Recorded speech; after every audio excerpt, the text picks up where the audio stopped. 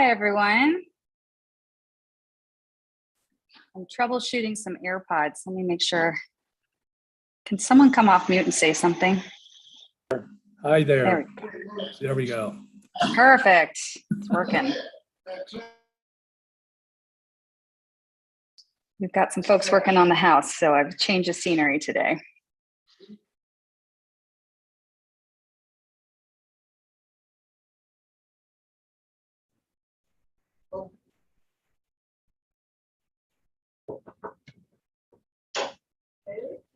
Okay, so with Steve joining, that's 4 of us. It's 4:30. We have a quorum. I'm going to give it just one more minute to see if anyone joins, and then I'm going to go ahead and kick us off.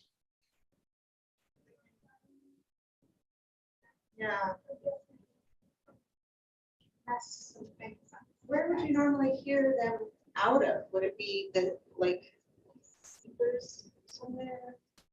Yes, we were messing with it just so that it wasn't double. Oh yeah, try that. That's on. So we can hear them, but they can't hear us. Is that the, all right, the predicament? Oh, sure. Thank you.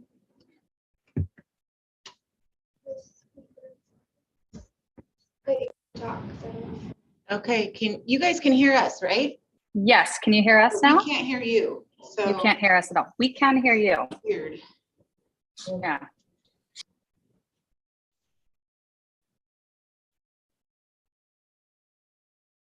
Is it this thing? No, that's. No, I just turned. Oh, there we go. All right, testing.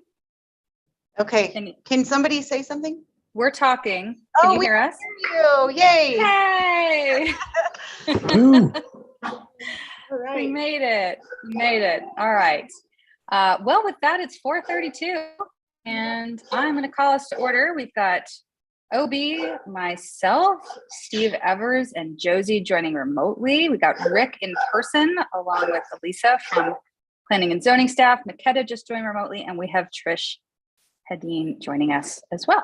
And with that, we will go ahead and call to order. I'll start with citizens to be heard. Reed, are you on to make a comment for citizens to be heard? Yes.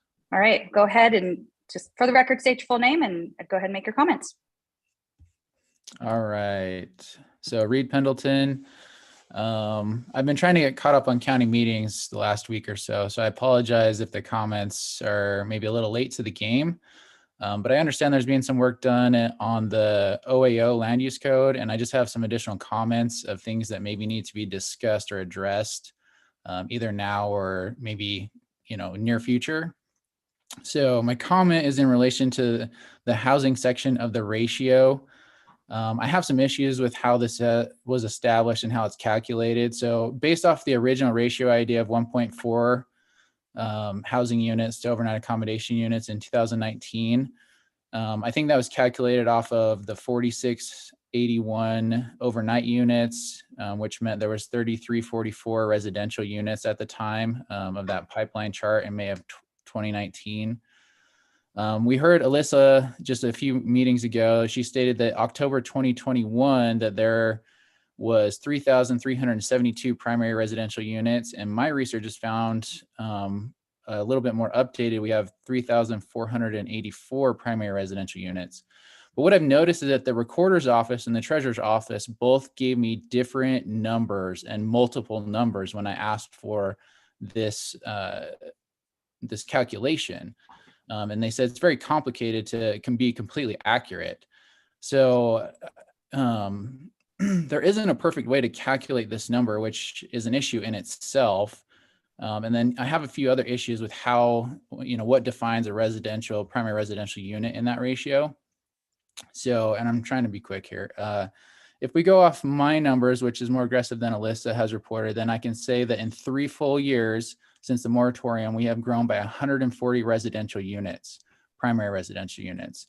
At that rate of growth, it'll take at least 9 or 10 years for that ratio to get back to 1.4 with the estimated pipeline that was to be built out from 2019. But the ratio is not inclusive of all the residential units in this county. Discrepancies exist based off of tax records of ownership. For instance, someone that owns a multi-unit complex might only get one of those units accounted for in the ratio versus a multi-unit complex with individually owned units. Another issue is the employee units on commercial properties are not being counted because that property is zoned commercially, and the county doesn't recognize that when they're looking for residential exemptions. So if you have a commercial property and you live there, you aren't being counted as having a primary residential unit. And if you have assured housing or workforce housing on your commercial property, those units aren't being counted. And then we also have overnight accommodation properties that supply housing, and those units aren't being calculated. We have assured housing on some of the newer developments. I know the Contractors Roost RV Park was built strictly as a long-term use RV park. And so there's like 30 some odd residents that live in that park, and none of those units are considered residential units because it's zoned as an OAO. And then a big one for me is, why aren't we counting the housing in San Juan County as part of Moab? You know, San Juan County is frankly where all the residential units in Moab are growing, and we aren't even considering them as part of this ratio. And I think that's biased because those people that live in San Juan County, they work and run businesses in Grand County on the Grand County side of Moab. And so I think we should be considering that housing as well. You know, if we're considering residences in Cisco and Thompson that have no impact on Moab in general, then why aren't we, considering our entire community here in Moab? And we shouldn't be conveniently ignoring those that have to live on the San Juan County side of the imaginary line. Just in summary, or just finishing up here. Also, when it comes to the housing side of the ratio, it's frustrating to have overnight accommodations dictated by a housing market that we have no control of here in town. With all the construction that we have going on, why have we only grown by 40 or so residential units a year? We have a huge second home market, and that market share may actually be greater than the primary residential units at this point. Every time a home changes from primary residential to secondary residential, it hurts that ratio. Just because we see development of housing in many places, by no way means that housing is going to be sold to a resident or used as residency for this town. So OAO developers, we have no control over that. And it seems unfair to let a completely unrelated industry stall or drag down potential growth of our industry. I get in a perfect world that the ratio would be easy to calculate and would be a great way to have a foundation of balance to grow off of, but our town is different. Our town is growing in many aspects for many people, and I feel this ratio has many issues and holes in it. While it has good intent, we need to find a better way or a more defined way of what numbers we are using. Not all of us overnight accommodation people have a negative impact on town, and there needs to be a fair playing field so that our dreams and ambitions can grow just like everybody else that wants to own a business or property here in town. Thank you. Thank you for your comments. Is anyone else here to make a comment during citizens to be heard? Okay, seeing none, we will move on. We don't have any public hearings today, but is there any ex parte or disclosures?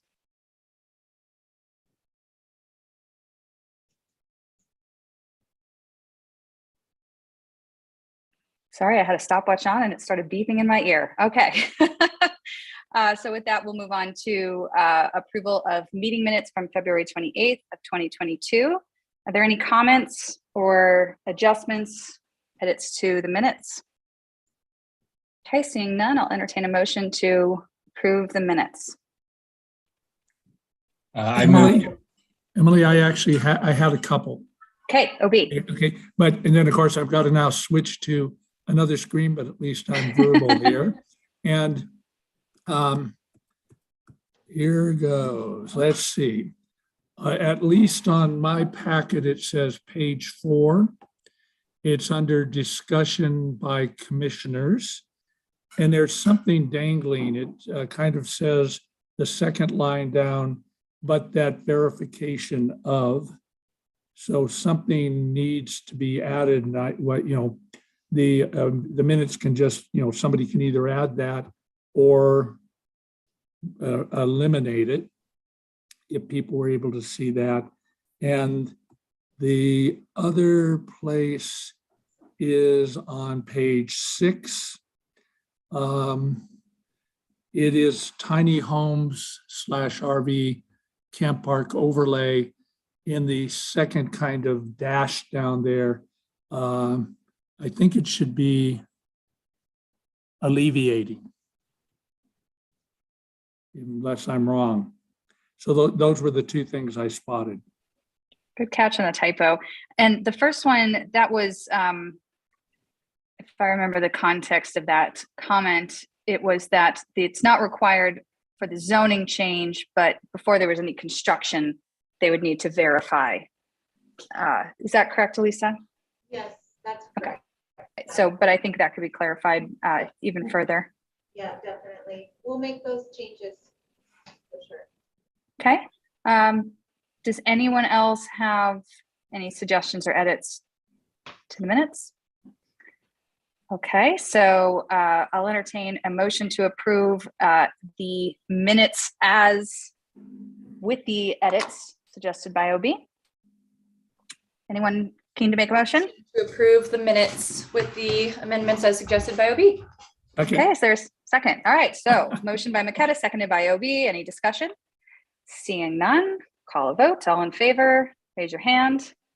That is unanimous. Okay, lovely. Don't have my extra monitor this time, having to keep going back and forth. Okay, so with that, we'll move on to county commission updates. So curious about the action items. And then on the land use code updates, Trish, as we're going through that, I know there was some discussion about working with the planning commission. So actually I'd love to, after you touch base on that, just make sure Elisa gives a little bit more context to this body there. So I will try to, I made some notes today, so I'm going to try to be as efficient as possible. During our March 1st meeting, we did talk about the land use code updates, but it was a fairly convoluted conversation. You know, you were there, OB was there, and in the end, and again, maybe Elisa and John can speak to this, but they were supposed to put together some documents to where we can all kind of go in and prioritize and add, you know, make additions as we saw fit. And so I think that that's where that left off, because we weren't getting very far. Would you agree with that, Emily? Yeah. Yeah. We'll come back and talk about kind of next steps there. But no, I think that's great context. Okay, cool. So the other things that I think that were pertinent to you, we did solidify a letter of support for the possible acquisition of the Umtra water line from the Green River to the Umtra project out in the Cisco Desert for Thompson. And we were able to kind of manipulate the verbiage a little bit. Instead of talking about like expansive development in Thompson, just saying like, you know, this water is needed, maybe just to mitigate just keeping the town afloat, basically, because of their current state of water. So we just changed that verbiage a little bit. As you may know, Gabe Wojtek has left the commission and is the new clerk auditor. And so, well, we had a couple applications and we put Gabe into that position because Rachel could not start until August, and we just didn't feel like that was the right fit. As far as staffing, and I won't get into this too much, but as you know, Gabe has moved. We now have a position open on the commission. As of tomorrow, the commission will possibly, I would assume, approve a notice of vacancy and intent for replacement for that at-large county commissioner. So I think that that's key, that position is at-large, so it's not within a specific district. I won't get into this too much, but I'm sure you all know about House Bill 146 to regulate business licensing. The bill basically, as far as we were concerned, it was a food truck bill, but it put into place no additional inspection, regulation, identification limit on fleet, or enacting unreasonable noise ordinances regarding ATVs. Also prohibits requirement of education and disclosure of financial information of those types of companies. So that was a huge hit, right? And so where we're at right now, well, I'll get to that. Well, no, I'll go ahead and state that. So next week, the 22nd at 10:30, we are going to have a meeting. The commission, the sheriff, kind of just a noise reboot meeting. Where do we go from here, right? And really, we that bill has not been solidified by the governor yet. So we are tomorrow asking to ratify the chair's signature on requesting Governor Cox to veto that bill. So we'll just see where that goes. And there we sit. And just it should be noted that that passed in both the Senate and the House, and all three of our representatives, Senator Hinkins, Representative Watkins, and Representative Albrecht, all voted for that. So we didn't have one representative that backed us on that bill. So that's a hit. One of the things that Chrissy made really clear to us is that really, as the city council and county commissioners, we really need to be working a little bit more closely with the state legislature.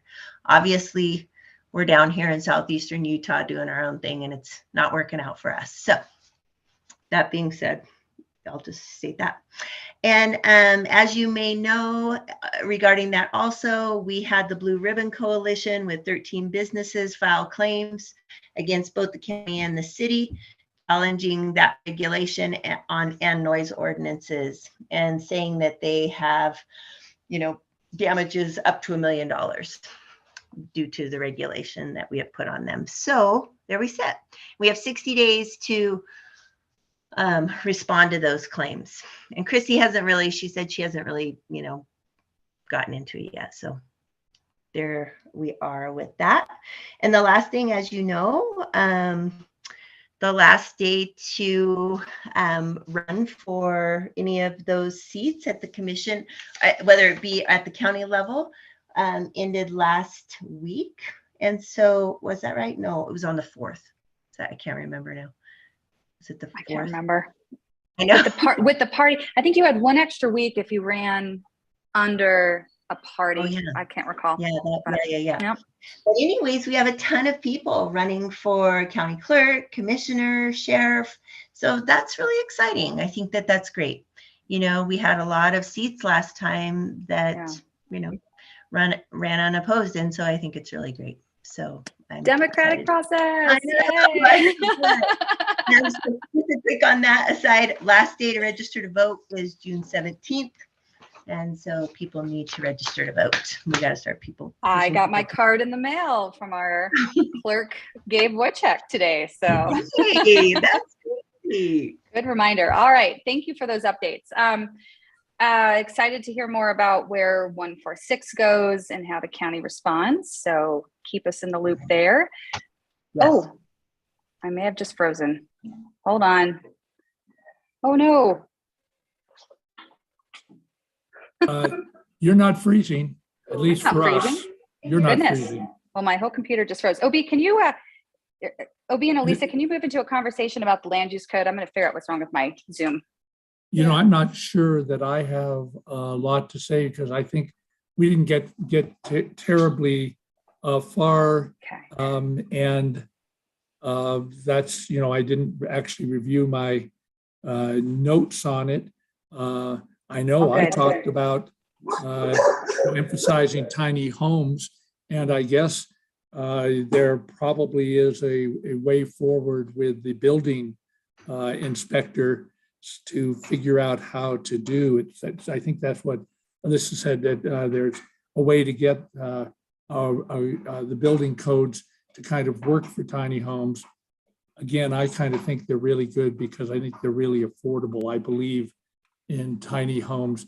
I'm probably not as tiny as Trish is now, but we're about 900 square feet. And I lived with 3 kids and my wife in 888 square feet in Eugene for 25 years or so. I believe in them and they are affordable, and a lot of affordable housing isn't affordable. So, but Emily may have more to add too.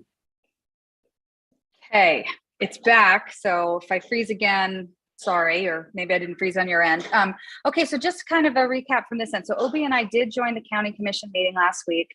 And Elisa can add a little bit of color here as well in the staff update.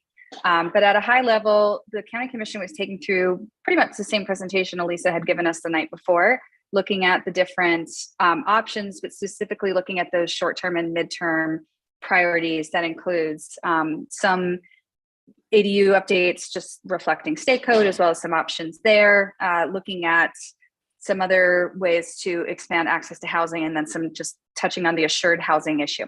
As part of this conversation, it really did turn into more of a conversation than an exercise in prioritization.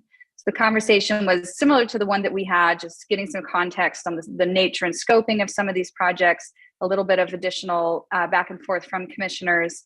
And it's worth going to YouTube and just watching. I can't remember what timestamp it was, but you can skip around and find the staff report towards the start of the meeting. But what did come out of that was,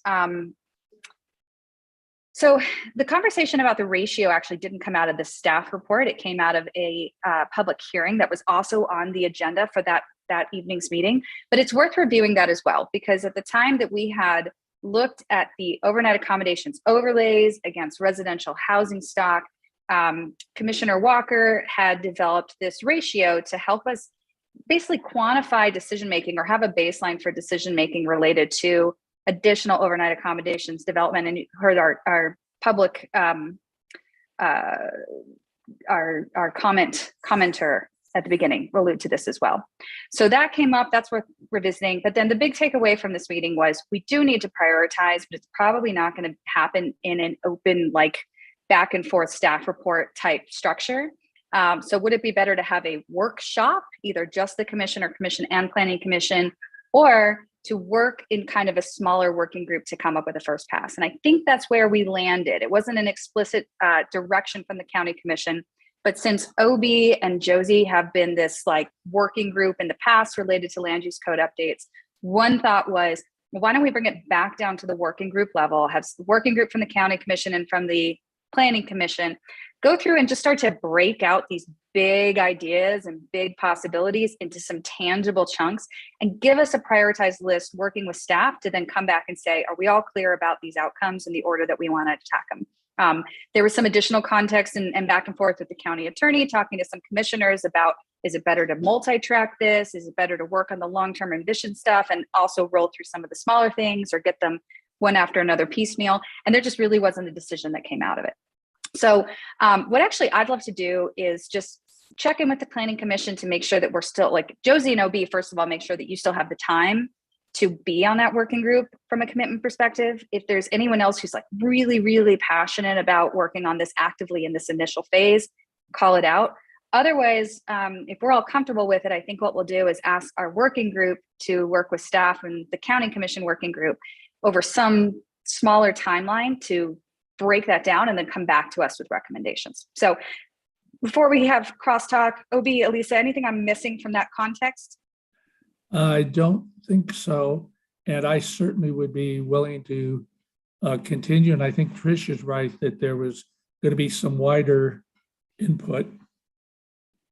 The only thing I'd say, and I don't mean this to be a back and forth about the ratio, it's of course a very complex situation in that the ratio was set using a certain methodology because there were perceived to be, I believe there was, too many non-primary units. And in some senses, you really want to use whatever methodology was used then and the counting tools that were used then, although there might be some modifications in that. For instance, if you had a lot of housing in Cisco and Thompson or something, or maybe even in San Juan County. But so it's a very complex thing. But with that ratio sitting at 1.7 using kind of the old methodology, I doubt that it's fallen below 1.4, just a guess. Anyway, just a comment. Yeah, no, that's great context. Elisa, anything just as far as like setting the stage for the conversation that I missed before we have a little bit of crosstalk here? No, I think you summarized that really well, Emily, and OB's comments are perfect. I was just going to let you guys know of our status with the Google Doc that we were creating to share with the commissioners and with you guys. And I think by tomorrow, I'm going to be able to send that out. It's basically a spreadsheet, and it sets up each kind of topic: housing, OAO section, water, and then the temporary uses and some miscellaneous items So I really tried to include everything that I've been hearing from the last, month of meetings that we've had with you all and also the county commissioners. And so I think this is going to be like the comprehensive working document that kind of will show like all of what the discussion has been so far and the topic items, and then kind of proposing different things to consider, and then what we want to do in terms of a timeline and prioritizing those items. So I hope it'll be useful and help us to kind of move things along. But we are planning to get together with the working group. John was proposing April 12th to have a meeting with our land use code working group, which may include OB and Josie and some county commissioners. And he's actually even wanting to propose starting the actual rewrite of the land use code, which I know could almost sound a little overwhelming, but I think he's motivated in that direction and has some good ideas to just start that conversation as well. So that would be April 12th, and hopefully we can get that on the books and go forward. Okay. So Josie, I know you'd probably need to cross-check your calendar, but at a high level, are you still on board to be on that working group just for continuity? I would definitely like to still be on the working group. I also definitely welcome other people to join it. I'd have probably more intention than capacity, but I will certainly continue as much as I can find that capacity. So once we can have 3 commissioners. Once we hit 4, we have quorum and public noticing limitations. Steve? Yeah, I'm interested in plugging in on that working group. Great. So why don't the 3 of you check your calendars, see which of you can attend, and then work with staff. And then what I'd ask is, can you plan on the meeting following April 12th, giving us a rundown between the 3 of you? What do we need to know? What was decided? What remains open? And just drive some of that conversation. And we'll have an open discussion item to figure out where we go from there. Thank you all. Perfect. Okay. So thank you, Trish, was that it for the County Commission update? I just want to throw in one more thing really quick. Yeah. We're actually meeting with Mark Stilson. Some people are. I don't actually know who all is meeting with him tomorrow in the chambers at 1:30. And if anybody is interested, he's just amazing. If you're water, you want to know more about water in our area, I recommend coming. And I don't know if there's a Zoom link, probably. So if you are interested in going, you don't want to come to the chambers, probably just text or email Mallory and she'll send you the link. But it's just a great resource. He's amazing, and you can come with questions and he can answer any of your questions. But I think the more that the city and the Planning Commission is involved in this, the better. Fabulous. All right. Thank you. Lots going on right now. So we'll, Elisa, maybe at our next meeting ahead of the April 12th, we do just kind of a quick recap going into that, since you and John will have been planning, just so we have a kind of vantage of what will be covered. And that way, when we come back out of it, we've all got good context. Okay. Sweet. Okay. So any additional questions for Trish? Otherwise, I will move us on to staff updates. Okay. Elisa. Okay, so the first update was just the land use code stuff. So we've already covered that. I was just going to mention the April 12th steering committee meeting, and that was that. So I'll skip to the next item, which is the Book Cliff small area plan is being drafted. And this is a small area plan that really should have been something that the county adopted probably years ago, because it kind of keeps coming back around. In any case, we're in this process now to create a small area plan for the Book Cliffs area, and a small working group was formed made of commissioners and other county staff, and they have provided staff with our planning and zoning staff with some background as well as a summary for the topics to be included in the plan. we have that information now, so we're drafting it and should be ready, a draft for that should be ready Wednesday for review by the working group. And then get some feedback. It'll be kind of a quick turnaround because we need to notice the public hearing for this, for the county commission meeting that would be on April 4th. And so the noticing would have to be this Friday. So at the end of this week, we have to wrap this up. So it's kind of, we just met last week. It was kind of unexpectedly short notice, but we're gonna make it work. So that's that. Does anybody have any questions on the Book Cliffs small area plan? Go. Be sorry. I'll go well, after you. I was only good. You're muted, OB. We lost the second half of your comment.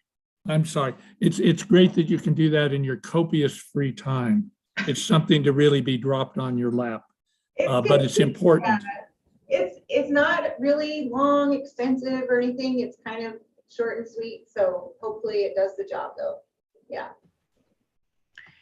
And so if you haven't heard, the 7 County Infrastructure Coalition did drop their application with the BLM, basically touting, it's always interesting to go back and listen to those meetings, but really touting their concern for the loss of tourism in their communities, Emery County, Carbon County, and also that they have other projects going on.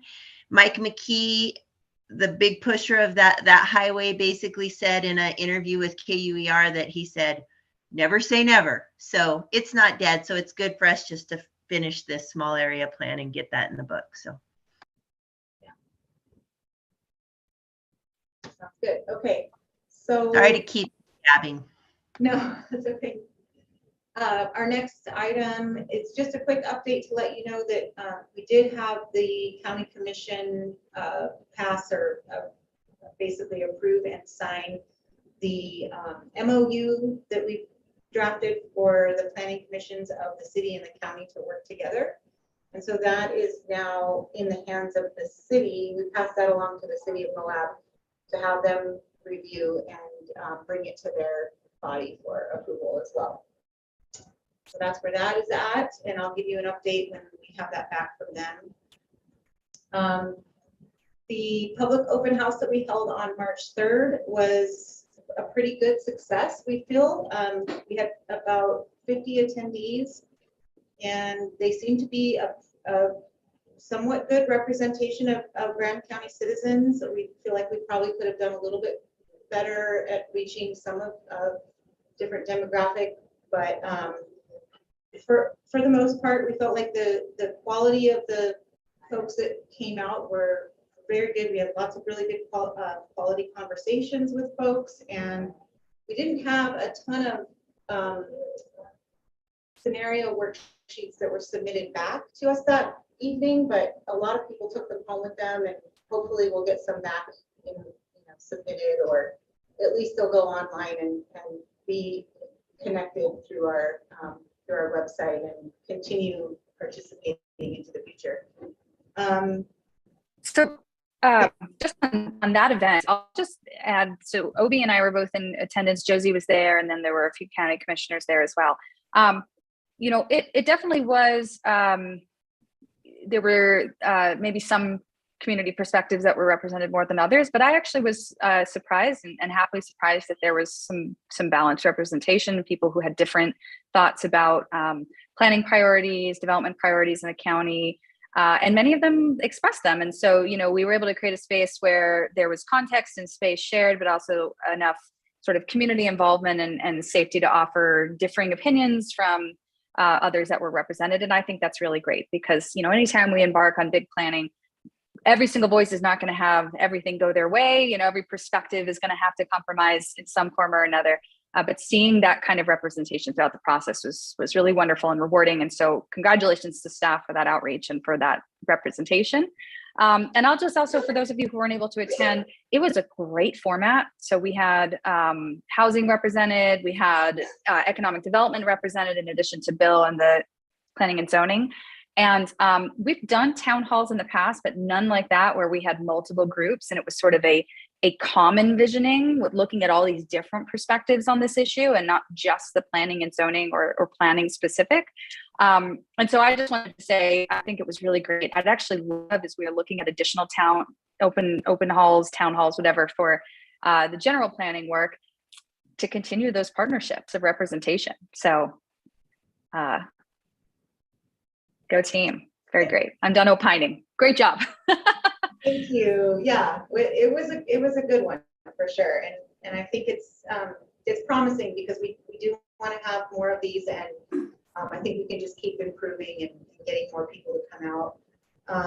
I spoke with a few people myself. One of the conversations I had was somebody concerned about seasonal workers living out of their cars and what are we going to do about that? And then of course, you know, the issue with the split zoning along the highway 191 with the highway commercial zoning split along there, and some property owners that were very concerned about that, and you know, the future of what that looks like.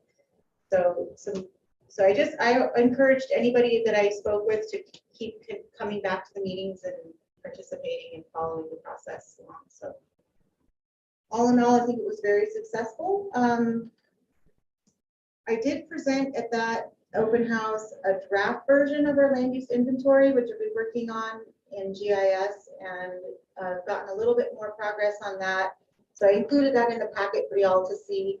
It's based on parcels right now. So the goal at this point is to try to actually show density within the parcel. So like for residential lots where you have, you know, multifamily apartments or versus single family residential, I kind of want to be able to represent where on the ground we have true density happening, and kind of to help us determine future proposed areas for density, and then also the commercial nodes and where those should go in relation to what's actually on the ground. So hopefully this is a helpful tool that we can keep improving on.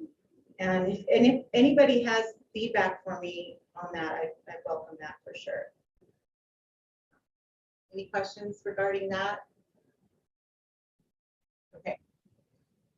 And then just John wanted me to present his timetable for the general plan and strategic plan consideration and adoption timetable. So he's hoping that April 11th would be the Planning Commission public hearing to adopt the draft general plan. And then April 19th, it looks like he wants to do a joint workshop on land use, and let's see, by May 3rd is the final proposed adoption date for the general plan and the strategic plan. So that would be County Commission. But basically, he wanted me to update you in terms of the referral period beginning today. So we would draft a public notice for this week, and then I think he wants to go over and beyond the required 10 days for public noticing, and I believe it's 30 days that he wants to have this out for notice. So, and that'll be to the public. Can I ask you a quick question? Yeah. Sorry, what in this context, what is meant by referral? So I think he's thinking of having the draft document sent out to all the stakeholders. He has the list of stakeholders that have kind of been involved from the beginning. So that would be the referral process. And then I think just putting the draft up on our website and having it open for comments from the public. Okay, thanks. Yeah. I think that's great. I wonder just sort of logistically, as far as this being so digital, if it's possible to even break it out so people can comment in specific sections. I'm picturing the average person looking at I looked at the 100-page thing and thought it was very daunting, and I have familiarity to it. And I also wonder what what additional town halls, public awareness is planned? I'm looking at this list right now, but like for people who haven't been closely following this process, this is a big rewrite. This is very tactical, much more tactical than visionary than it has been in the past. How are we ensuring, people have an obligation to get involved, but also it's, hard to know where to get involved, when to be involved. And so how are we making sure that we are reaching out, especially to the people who don't always attend meetings, who come from different, industry group, demographic groups, age groups, and so on in the community that don't have a history of attending these sorts of meetings, sitting here on a Monday night? Sure. Yeah, I mean, I know that part of the neighborhood planning meetings that are scheduled in April, we're going to be presenting the general plan and making sure that people are aware of where it's at in the process and how they can provide feedback. So I see on here, he's got April 27th and 28th for neighborhood planning meetings, and that's going to be at the Grand Center. So there will be two of those, obviously, because it's 2 days. So one will be at the Grand Center, and one would be down in Spanish Valley at the GWSSA offices. So I think those would be good venues to reach out, make sure people are feeling like they have an opportunity to provide feedback. But I do agree, I think there could be more. I mean, we're open to any kind of direction from you guys. If you think we need to do something, I could even envision having some type of format on our Grand County Connects for people to provide kind of specific sections that they could provide feedback on, or I don't know, we could make it easy, for sure. I could see that. I would definitely, Obi, I can hold my comments back. Go ahead. Oh, yeah, just a quick one, probably following up on Steve. On the kind of agenda or on the. Oh, you're muted, Obi. I am sorry. I'm going to get that off of the mute so I don't hit a key here. But it says March 14th might be the start of the referral process. Does that mean that we'd actually put this out to the public in the form it's now in? And do we make some kind of decision on that it starts the referral process? Or, it says till, I don't know, April 6th or something. So is it going out to the public after this meeting is, I guess, the question. I think that was the goal, and I would have to check with Laura, but I want to say she might have already posted it on the Grand County Connects website. But we haven't created a public notice that's posted on our Grand County's normal places where we would post a public notice. So that could happen this evening for sure. Yeah, I mean, without having John here, I apologize, this might be slightly confusing to interpret what his intention was. I guess one of the questions is, for instance, it was, whatever, it's 150 pages. I got through about 50 pages, and you can still make comments on it to say, is this really true? This is wrong, etc. And so I think Sarah has done some comments on it. And so are those comments just at this point ignored? Was there an attempt to have more feedback from county councilors and commissioners? Because many of us made comments on the first draft. Some of them were accepted, some of them weren't accepted.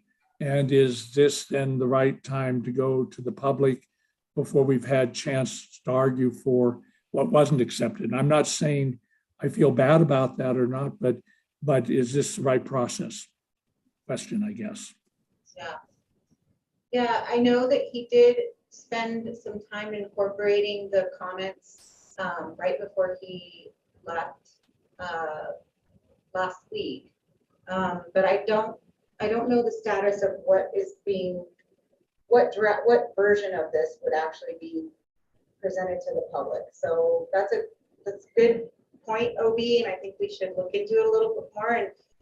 And I would just take guidance from the planning commission on what you think we should do in any case. Like if there are still comments from the public or from the county commission and the planning commission that haven't been incorporated, and you feel that we should wait, then I think that's, direction that I would welcome from you, for sure. I would recommend that we don't wait, but I do think it would be helpful to put a last updated stamp on the Grand County Connects. So if nothing else, we just sort of know the most recent version. Okay. And, as members of the community offer changes that are, superficial to grammatical and vocabulary, as well as substantive to the details within each group, and recommending changes. If we just try and do a track changes once a week, that would be wonderful. And I mean, take this with a grain of salt, but one version of that is there's sort of the clean copy, last updated, and then there's a link to a red line version that people can download and access if they want to.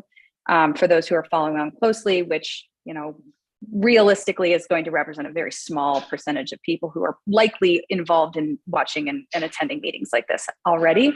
But that way there isn't a way for people to fall through the cracks and lose context of what has and hasn't changed. I think, and Elisa, maybe I'll give you a call tomorrow and we can just chat through this in a little bit more detail, but some of the things that we've done in the past that have been effective include Facebook advertising. There's a very, very large contingent of our community that's active on Facebook as its primary source of information, since our papers are only weekly. I don't know that noticing is the best way to reach people. I mean, we should do it, obviously, but I think there's also the possibility of actually writing something in the paper with a call to action. Also getting the local radio stations, time on the radio stations to talk about this. And I can help with that. I'm sure OB and other commissioners can help with that. So maybe you and I can chat.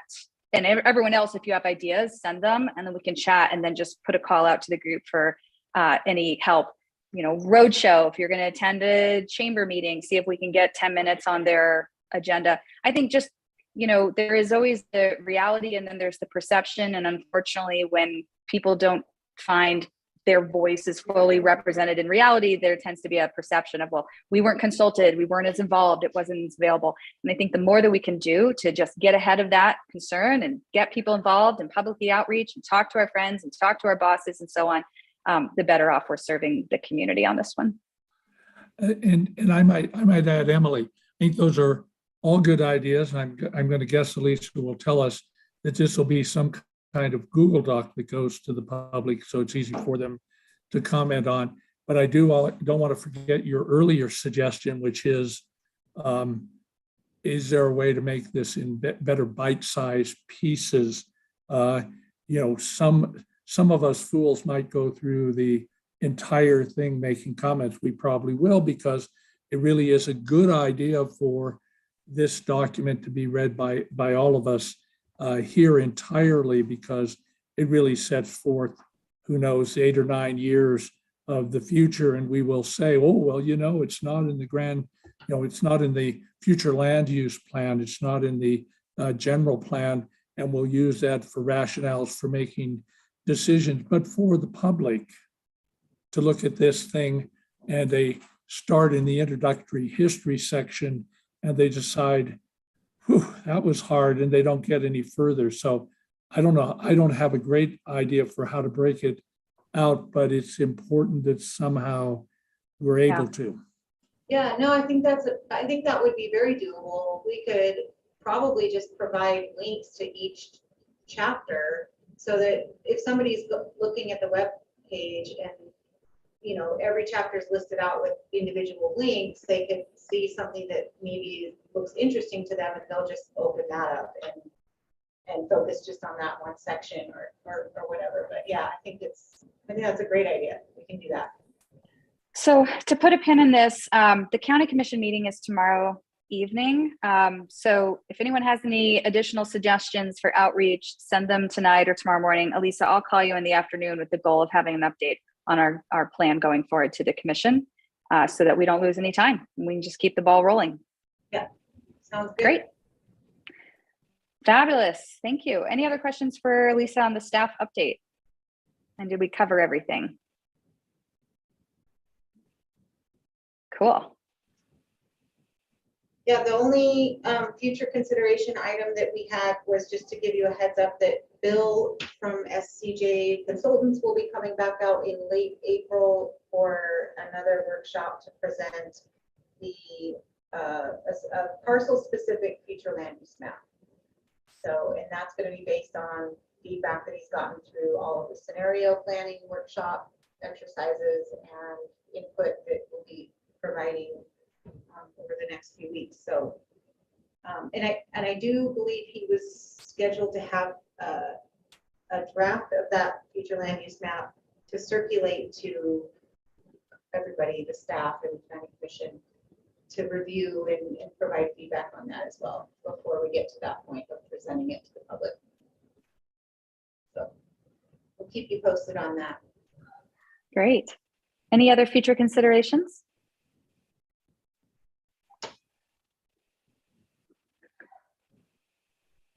I've got cat hair in front of my video. So that is, she wants to be on. Okay. Well, I think then if there's nothing else, it is 5:20. Going once, going twice. Anything else that we wanted to cover? Anything else we need to hit on? Look at us go. Well, with that, if there's a motion to adjourn. I move we adjourn. I'll second. Hey, okay. Motion by OB, second by Steve. All in favor?